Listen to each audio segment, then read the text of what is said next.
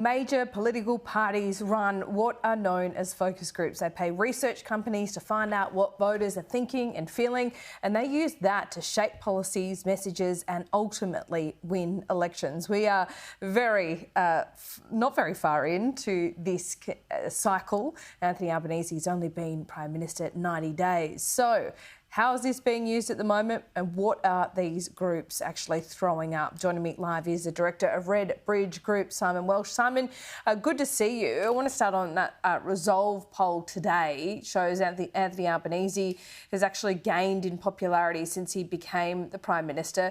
This is very much the honeymoon period. Is this the type of thing that you see after most elections, that there is a bit of a grace period, if you like? Yeah, hi Laura. That's right. You do tend to see this. There's a reason the honeymoon cliche exists. So you do tend to see that.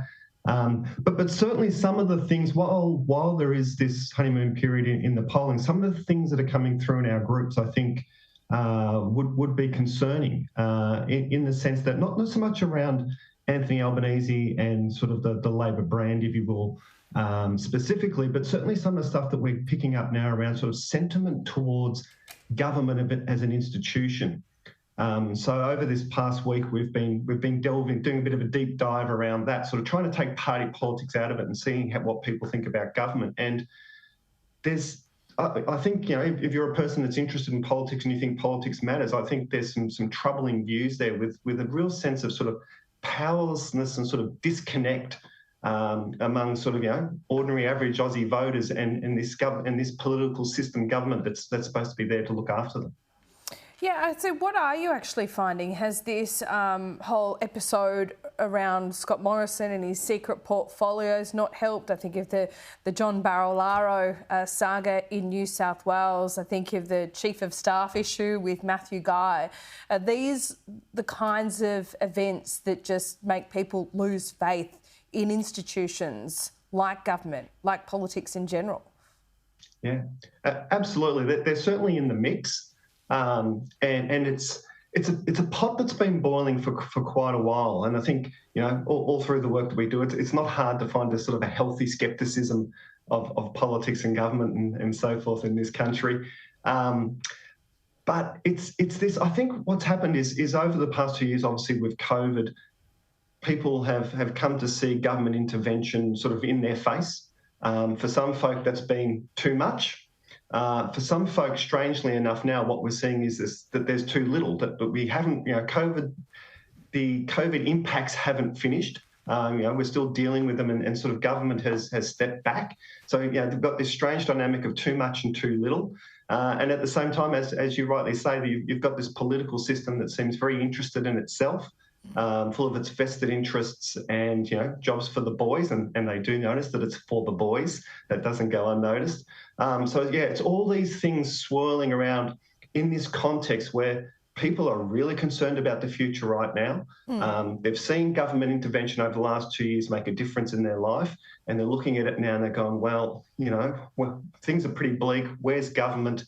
Where are the services that I need to rely on? So it's got a delivery focus to it, service delivery focus to it, but it's also got these sort of behaviours to it as well, which are sort of seem to speak to a self-interestedness from our sort of political class. Yeah, of course, and there's a Victorian election coming up as well. How do federal and state issues come together at a state election? Is this very much a state issue election, or are some of those federal factors going to come into play as well? Federal factors will come into play in the sense that cost of living is still the big elephant in the room. So even though you'll get voters in focus groups say to us, oh, look, probably cost of living, that might be more a federal issue. But state governments, and not just Victoria, state governments have done things over the past 2 years to kind of own the problem. So every time, state government gives a rebate or gives some kind of cost of living support, yep, that's great, that's terrific. They own a bit of kudos for it, but it also means they own the problem a bit. So there's an expectation that they can and will do more on the cost of living. So it's cost of living is certainly one pole. The other sort of pole of issues in the Victorian context is going to be health. There's clearly no doubt about that now. It's the strain and stress on the system is profound, and it's what's given legs to the Matthew Guy Liberal announcement around the suburban rail loop. And for those who don't know, they've sort of committed to take money from that project and put it in to fix the health system. And what's giving that legs in communities that wouldn't have been serviced by that rail loop is not the rail loop itself. It's not about the rail loop. It's not even really about the quantum of money. It's about the prioritisation of health. And certainly here in Victoria, sort of the state government's messaging, their messages around and their narrative around health isn't cutting through. And this idea has kind of neatly cut through.